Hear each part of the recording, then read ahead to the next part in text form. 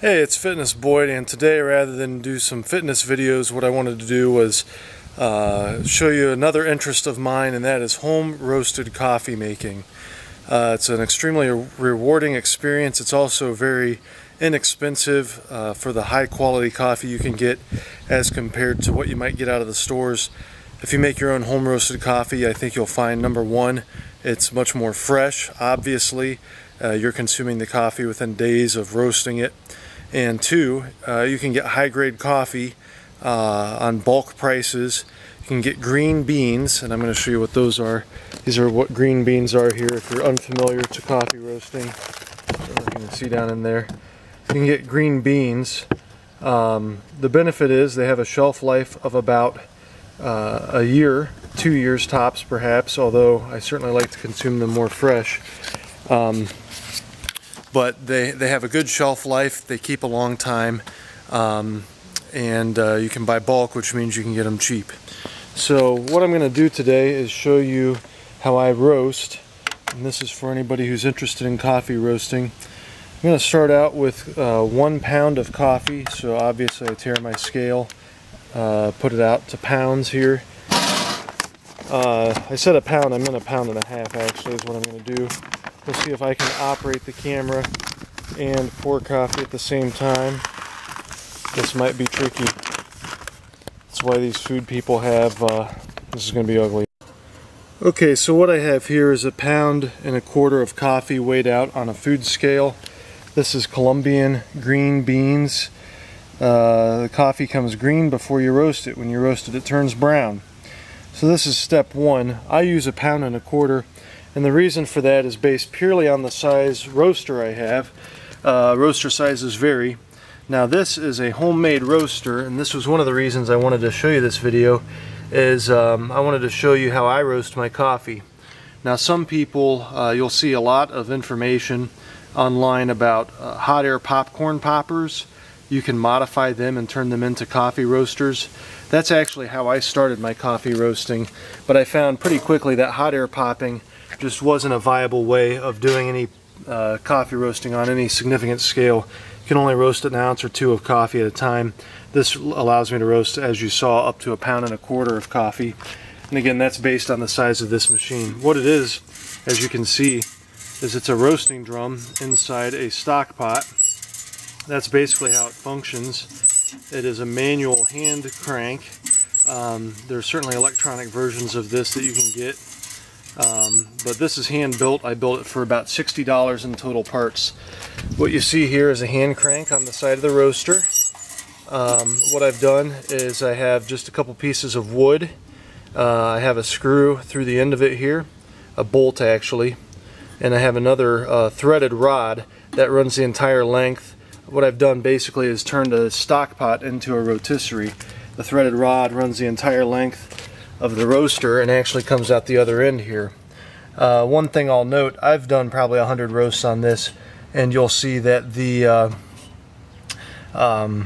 aluminum stock pot that I bought, which was cheap, has been giving way. It started out, the spit was mounted on a hole, and that hole has chewed its way through because the threaded rod's made out of steel, and that's eating through the aluminum. So this is just a you know, a prototype. Obviously the next one will be made out of stainless. I don't know if you can tell here. Try and hold that up to the sun. Don't know if you can see, but there's a thermometer mounted in there. The thermometer has buildup of coffee smoke residue on there, so it's harder to see the thermometer now, although I can read it. It's the camera's just not reflecting the thermometer very clearly. So there's a thermometer I've mounted in the side. It allows me to get very consistent temperatures when I roast. The thermometer's just mounted. It's a oven thermometer I bought at the store for 10 bucks, and I mounted it in the side with some screws, as you see. The cage itself is made out of galvanized hardware cloth. I've made a latch mechanism for a door on the top here, and I'll see if I can get this open with one hand. Here's a door that I made. I just cut it out of hardware cloth. It's starting to deteriorate or fray on the edges, as you can see, but the door works well. Got a couple hinges at the hardware store, hardware cloth. And then what holds the entire cloth together, the soup cans. These are enormous soup cans. I don't know how many pounds of, it's actually from a corn. I've got, took one corn can, used the end of it to shape the drum, secured it with a couple screws here as you see. So that's really all the roaster is. And then the last part you'll see there's a hole in my drum, and the reason for that is I'm going to mount it on my grill. So I just basically let the get these out of the way. I mount it on the side burner for my grill. Propane is a great heat source. It's clean, and you can get it as hot as you want. That's one of the drawbacks of the coffee maker, or the the hot air popper. The hot air popper is 1600 watts, and when it overheats, it shuts itself off. There's no overheating with a propane grill. It gets as hot as you turn it up. Okay, here we are now. I've got my modified stock pot up on the grill, on the burner. I've got it loaded with coffee beans here. As you can see, the bed depth of the beans in the roasting chamber, I would say, is approximately an inch at the most, inch and a quarter. It takes up a very small fraction, let's see here, of the that's the way it's going to work in the actual roaster. You can see the bean depth there looking out through the coffee roaster. I don't know if that gives you an idea. It's maybe a quarter of the way full, if that. I wouldn't even say a quarter of the entire volume of the roasting chamber. So it's about ready to go. One more thing I'll mention is, let's see if we can get this thing mounted, is I've got a lid here. The benefit of this lid is I have cut vent slots in it, so I can control the temperature a little bit better during my roast. To get things ramped up and started, I'm going to go full blast with that vent completely shut. But I do open the vent as the beans enter into what's called the first crack. And here's the thermometer. That's maybe a little better view of it. So I'll be monitoring the temperature throughout the entire roast.